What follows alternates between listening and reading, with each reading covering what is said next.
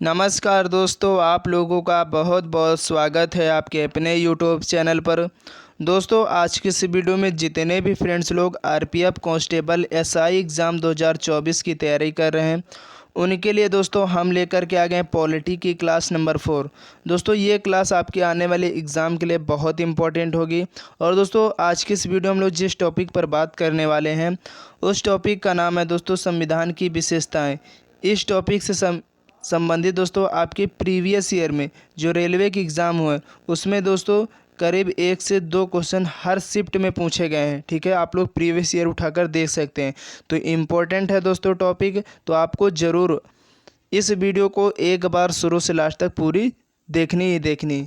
ठीक है, तो चलिए दोस्तों हम लोग स्टार्ट कर लेते हैं आज की इस बेहतरीन सेशन को। उससे पहले दोस्तों मैं आप लोगों से एक छोटी सी रिक्वेस्ट करना चाहूँगा कि जितने भी फ्रेंड्स लोग हमारे इस चैनल पर पहली बार आए हैं, आप लोग चैनल को सब्सक्राइब करना बिल्कुल भी मत भूलें। क्योंकि दोस्तों आप लोग चाहे स्टैटिक जीके की क्लास हो, चाहे पॉलिटी जीके की क्लास हो, चाहे हिस्ट्री जीके की, दोस्तों आप लोगों को बिल्कुल टॉपिक वाइज डेली मिल रहे हैं। तो इसलिए चैनल को सब्सक्राइब कर लें। चलिए स्टार्ट कर लेते हैं। दोस्तों, आपकी स्क्रीन पर फर्स्ट क्वेश्चन है कि विश्व का सबसे बड़ा लिखित एवं सर्वाधिक व्यापक संविधान किस देश का है। दोस्तों, ये क्वेश्चन आ चुका है, आरआरबी के द्वारा जो एग्ज़ाम कंडक्ट कराए जाते हैं उनमें क्वेश्चन पूछा गया है। तो दोस्तों, जो विश्व का सबसे बड़ा लिखित एवं सर्वाधिक व्यापक संविधान जो है वो किस देश का है, तो आपको याद रखना वो भारत देश का यानी हमारे देश का है। तो इस क्वेश्चन का दोस्तों जो राइट आंसर हो जाएगा ऑप्शन बी हो जाएगा। यहाँ पर दोस्तों हम लोग कुछ अन्य पॉइंट्स के बारे में बात कर लेते हैं कि जो हमारा संविधान है वो कब बनकर तैयार हुआ यानी कब पारित हुआ। तो दोस्तों आपको याद रखना 26 नवंबर 1949 को हमारा संविधान जो है पारित हुआ था। ठीक है, आप लोग याद रखिए, ये डेट पूछी जाती है। ठीक है, इसके बाद ये जो हमारा संविधान है ये प्रभावी रूप से कब चालू हुआ, तो आपको याद रखना 26 जनवरी 1950 को ये प्रभावी हो गया था। ठीक है, आप लोग याद रखिएगा। इसके बाद दोस्तों जो संविधान दिवस है हम लोग किस डेट को मनाते हैं, तो दोस्तों 26 नवंबर है, इसको संविधान दिवस के रूप में मनाते हैं। तो संविधान दिवस कब मनाया जाता है दोस्तों, तो 26 नवंबर को मनाया जाता है। तो आप लोग इन पॉइंट्स को ज़रूर याद रखिए क्योंकि यहाँ से भी क्वेश्चन आपके एग्जाम में बन जाता है। चलिए हम लोग नेक्स्ट क्वेश्चन की तरफ बढ़ेंगे। क्वेश्चन नंबर 2 है दोस्तों कि भारतीय संविधान कैसा है, यानी दोस्तों जो भारत का संविधान है वो किस प्रकार का संविधान है। तो आपको याद रखना दोस्तों जो हमारे देश का संविधान है वो कैसा है, अंशतः कठोर और अंशतः लचीला है, यानी कठोर भी है और लचीला है। इसका कहने का मतलब यह है कि जिस संविधान में, कठोर का मतलब दोस्तों यहाँ पर है जिस संविधान में संशोधन की दृष्टि से संविधान नम्न तथा अनम्न 2 प्रकार का होता है। पहली बात दोस्तों आप लोग ये नोट कर लीजिए, जो संशोधन की दृष्टि से संविधान है वो 2 प्रकार का होता है। पहला आप लोग लिखिए, पहला नम्य और दूसरा अनम्य। नम्य का मतलब दोस्तों ये होता है जिसमें सरलता से संशोधन किया जा सके, यानी नम्य का मतलब क्या हुआ, जिसमें हम लोग सरलता से कोई संशोधन कर सकते हैं, वो नम्य हो गया। और अनम्य का मतलब क्या होता है, जिसमें संशोधन की प्रक्रिया जटिल हो, कठिन हो, उसे अनम्य नाम दिया गया। ठीक है, तो आप लोग याद रखिए। चलिए हम लोग नेक्स्ट क्वेश्चन की तरफ बढ़ेंगे कि भारत का संविधान किस प्रकार का है। अभी हमने आपको बताया दोस्तों जो भारत का संविधान है वो नम्य और अनम्य है, 2 प्रकार का। कभी आपको ऑप्शन में नम्य और अनम्य दे देगा, कभी अंशतः कठोर अंशतः सरल दे देगा। तो आपको बिल्कुल भी कंफ्यूज नहीं होना। ठीक है, आप लोग याद रखिए। चलिए इसके बाद नेक्स्ट क्वेश्चन है कि भारत के संविधान में भारत को माना गया है, यानी दोस्तों जो भारत का संविधान है इसमें भारत को क्या माना गया, क्या संज्ञा दी गई है। तो दोस्तों इसमें जो भारत को कहा गया है कि राज्यों का यूनियन है, यानी भारत क्या है, राज्यों का एक संघ है। इंपॉर्टेंट क्वेश्चन दोस्तों आपके एग्जाम में आ चुका, तो आपको याद रखना। इसके बाद नेक्स्ट क्वेश्चन है कि भारत एक धर्मनिरपेक्ष देश है, इसका तात्पर्य क्या है? यानी दोस्तों जो भारत एक धर्मनिरपेक्ष देश है, ठीक है, लेकिन इसका मतलब क्या है, इसका अर्थ क्या है? तो दोस्तों इसका जो अर्थ हो जाता है, उसका राज्य स्तर पर कोई धर्म नहीं है, ठीक है, यानी इसका कोई राज्य स्तर पर धर्म नहीं। इसका जो भारत एक धर्मनिरपेक्ष देश है, इसका मतलब क्या है कि उसका राज्य स्तर पर कोई धर्म नहीं है, ठीक है, तो आपको याद रखना है। नेक्स्ट क्वेश्चन है, भारतीय संविधान के संबंध में कौन सा कथन सही है? आपको बताना है दोस्तों, जो भारतीय संविधान के संबंध में इन 4 ऑप्शंस में से कौन सा ऑप्शन है, कौन सा कथन है जो सही है, बिल्कुल राइट है। तो दोस्तों यहाँ पर जो है एक मौलिक संविधान है, ये गलत बात है, ठीक है। इसके बाद हम लोग नेक्स्ट ऑप्शन को चेक करते हैं कि यह दूसरे देशों के संविधान से प्रभावित है। यह दूसरे देशों के संविधान से प्रभावित है, ये आप लोग बताइएगा। तो दोस्तों ये कथन क्या है, बिल्कुल सही है, क्योंकि यह दूसरे देशों के संविधान से प्रभावित है। इसका मतलब हमारे संविधान में जो भारत देश का संविधान है, इसमें कई ऐसे आर्टिकल, कई ऐसे पॉइंट्स हैं जो अन्य देशों यानी विदेशों से लिए गए हैं, ठीक है, और यह दूसरे देशों के संविधान से बिल्कुल नकल है, तो ये गलत बात है। उपर्युक्त तो सभी गलत है, नहीं, यहाँ पर राइट आंसर दोस्तों ऑप्शन बी हो जाएगा। चलिए इसके बाद नेक्स्ट क्वेश्चन है, निम्नलिखित में से कौन सा कथन सही है? यहाँ पर भी बताना कौन सा कथन दोस्तों सही है। तो दोस्तों चलिए हम लोग चेक कर लेते हैं कौन सा ऑप्शन गलत है, कौन सा सही है। तो दोस्तों ऑप्शन ए है कि भारत का संविधान भारत में संसदीय पद्धति की सरकार की व्यवस्था करता है, ये बिल्कुल बात सही है। नेक्स्ट ऑप्शन है कि भारतीय संविधान द्वारा स्वतंत्र न्यायपालिका की स्थापना की गई, ये भी बिल्कुल सही बात है, यानी हमारे संविधान द्वारा जो स्वतंत्र न्यायपालिका है, इसकी स्थापना भारत में की गई है। इसके बाद नेक्स्ट ऑप्शन है कि भारतीय संविधान भारत में विधि के शासन की व्यवस्था करता है, ये भी बिल्कुल बात सही। तो यहाँ पर दोस्तों ये तीनों ऑप्शन सही हैं, तो इस क्वेश्चन का राइट आंसर ऑप्शन डी हो जाएगा, उपर्युक्त सभी सही, ठीक है, आपको याद रखना है। चलिए इसके बाद अगला क्वेश्चन है कि निम्नलिखित में से कौन सा कथन सही है? यहाँ पर भी आपको बताना है कि कौन सा ऑप्शन गलत है, कौन सा सही है। तो यहाँ पर हम लोग चेक कर लेते हैं दोस्तों कि जो भारतीय संविधान में कई विदेशी संविधान के तत्वों का समावेश किया गया, बिल्कुल सही बात है। जो हमारा भारत देश का संविधान है दोस्तों, इसमें कई विदेशी संविधान के तत्वों का समावेश यानी लिया गया है, ठीक है। इसके बाद नेक्स्ट पॉइंट है कि भारतीय संविधान एकल नागरिकता का प्रावधान करता है, ये भी सही है।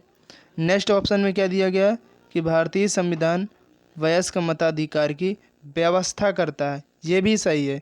तो यहाँ पर दोस्तों क्वेश्चन का राइट आंसर ऑप्शन डी हो जाएगा, उपर्युक्त सभी सही हैं। चलिए नेक्स्ट क्वेश्चन है कि भारतीय संविधान का स्वरूप किस प्रकार का है? यानी दोस्तों जो भारतीय संविधान का स्वरूप है वो किस प्रकार का है? तो आपको याद रखना, जो भारतीय संविधान का स्वरूप है दोस्तों, आपके एग्जाम में पूछा जाता है, संरचना में संघात्मक, भावना में एकात्मक। कैसा है हमारा संविधान का स्वरूप? संरचना में संघात्मक है, भावना में एकात्मक है। बहुत इंपॉर्टेंट पॉइंट दोस्तों बता रहा हूँ, यहाँ से क्वेश्चन पूछा गया तो आपको याद रखना है। चलिए इसके बाद अगला क्वेश्चन है कि भारतीय संविधान भावना में एकात्मक है क्योंकि, इसका क्या रीज़न है कि जो भारतीय संविधान जो है भावना में एकात्मक है? तो दोस्तों इसका ये मतलब है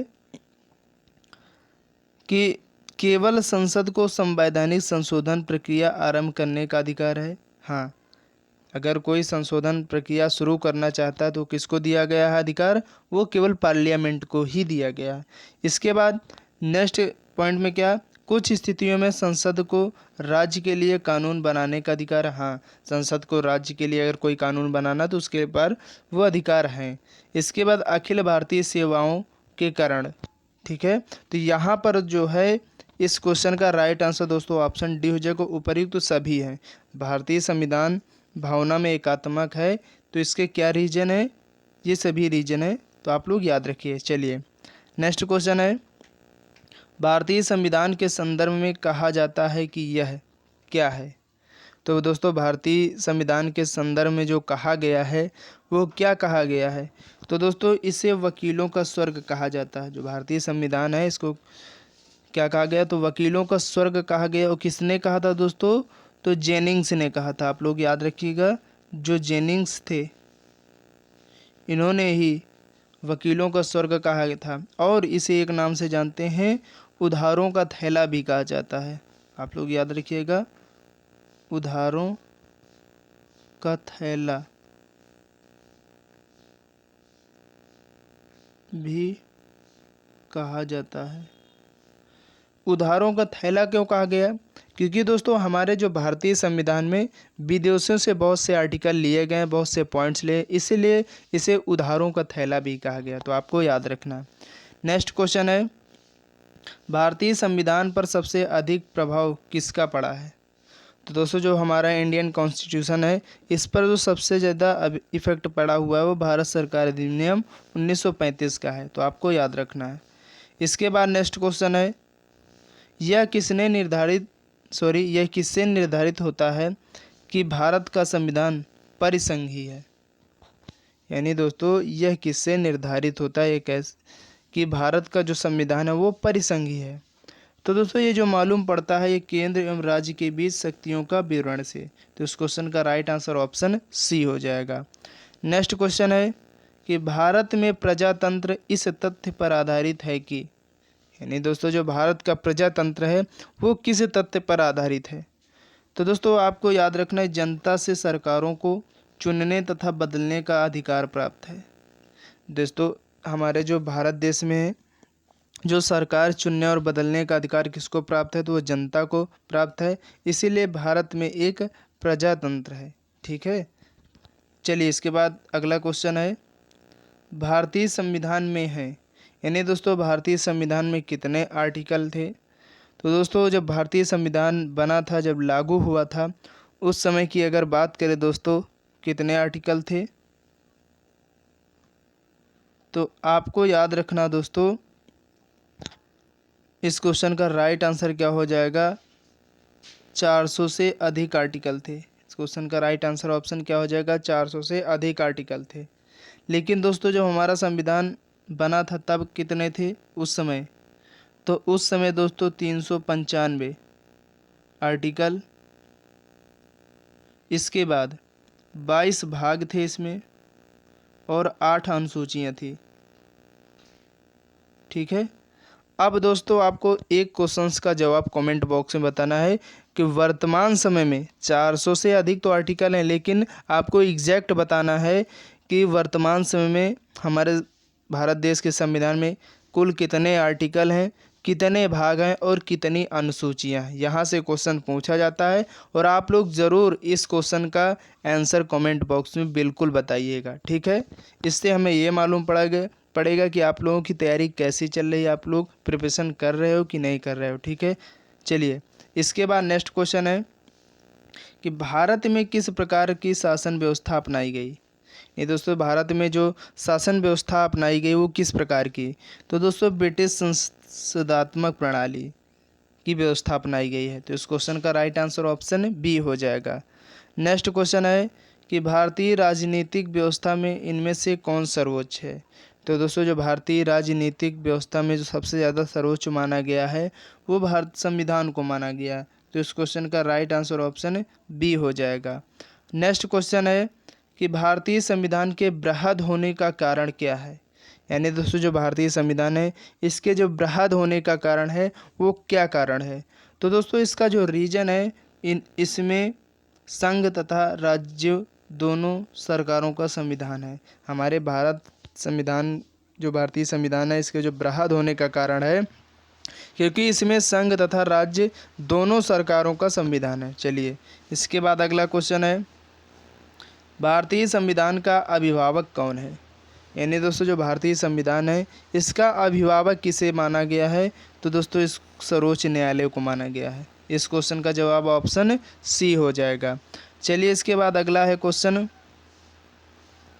भारत में वयस्क मताधिकार की उम्र सीमा क्या है। यानी दोस्तों जो भारत में वोट डालने की जो सीमा है, उम्र सीमा है वो कितनी है।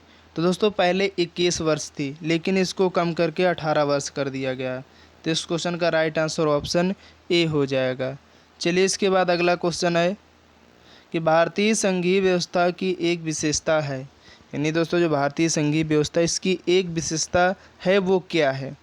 तो दोस्तों इसकी जो एक विशेषता मानी गई उस संविधान की सर्वोच्चता मानी गई है, जो कि एक विशेषता है। चलिए इसके बाद अगला क्वेश्चन है, भारत के संविधान में संघीय शब्द की जगह किन शब्दों को स्थान दिया गया है। यानी भारत के संविधान में जो संघीय शब्द है की जगह संघीय शब्द की जगह किन शब्दों को स्थान दिया गया है। तो दोस्तों यहाँ पर जो है राज्यों का जो संघीय है इसकी जगह पर दोस्तों संविधान में राज्यों के संघ इसको जगह मिली है, तो आपको याद रखना है। नेक्स्ट क्वेश्चन है कि भारतीय संविधान में कितनी सूचियां हैं। तो दोस्तों भारतीय संविधान में जो सूचियां 3 हैं, आप लोग याद रखिएगा। इसके बाद नेक्स्ट क्वेश्चन है कि भारत का संविधान अपना प्राधिकार किससे प्राप्त करता है। यानी दोस्तों जो भारत का संविधान है अगर वो अपना प्राधिकार प्राप्त करना चाहता है तो किससे प्राप्त करेगा। तो दोस्तों ये जो अपना है भारत की जनता से, तो इस क्वेश्चन का राइट आंसर ऑप्शन सी हो जाएगा। नेक्स्ट क्वेश्चन है कि भारत में वैध प्रभुसत्ता निहित है। यानी दोस्तों जो भारत में वैध प्रभुसत्ता है वो किस में निहित होती है। तो दोस्तों ये संविधान में निहित होती है, तो इस क्वेश्चन का राइट आंसर ऑप्शन डी हो जाएगा। नेक्स्ट क्वेश्चन है, भारतीय संविधान की संरचना किस प्रकार की है। यानी दोस्तों जो भारतीय संविधान की संरचना है वो किस प्रकार की संरचना है। दोस्तों इस क्वेश्चन का जवाब आप लोगों को पहले ही क्वेश्चन में मिल गया था कि कुछ एकात्मक और कुछ कठोर है, तो इस क्वेश्चन का राइट आंसर ऑप्शन सी हो जाएगा। नेक्स्ट क्वेश्चन है, लिखित संविधान की अवधारणा ने सर्वप्रथम कहाँ जन्म लिया। यानी दोस्तों जो लिखित संविधान की अवधारणा है ये जो सबसे पहले कहाँ जन्म लिया।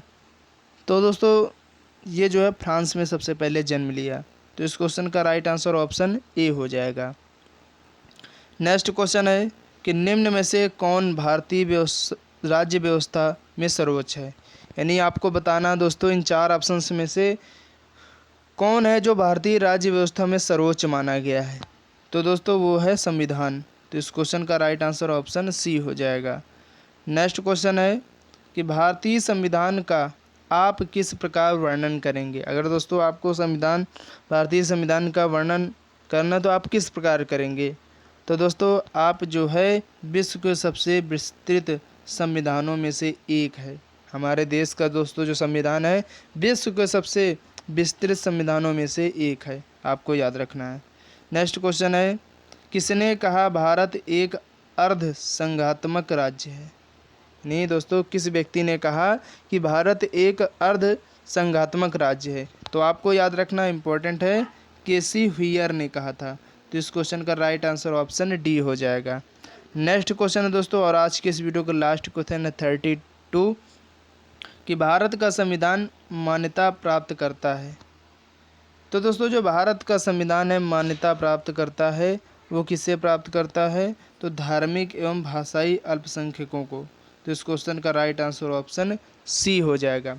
उम्मीद करते हैं दोस्तों आज की वीडियो आप लोगों को काफ़ी ज़्यादा पसंद आई होगी, तो आप लोग ज़रूर वीडियो को लाइक कर देना, ज़्यादा से ज़्यादा अपने दोस्तों तक भी शेयर कर देना इस वीडियो को, और लगातार आप लोग इन सभी सीरीज़ के साथ जुड़े रहिए अगर आप किसी भी एग्ज़ाम की तैयारी करते हो।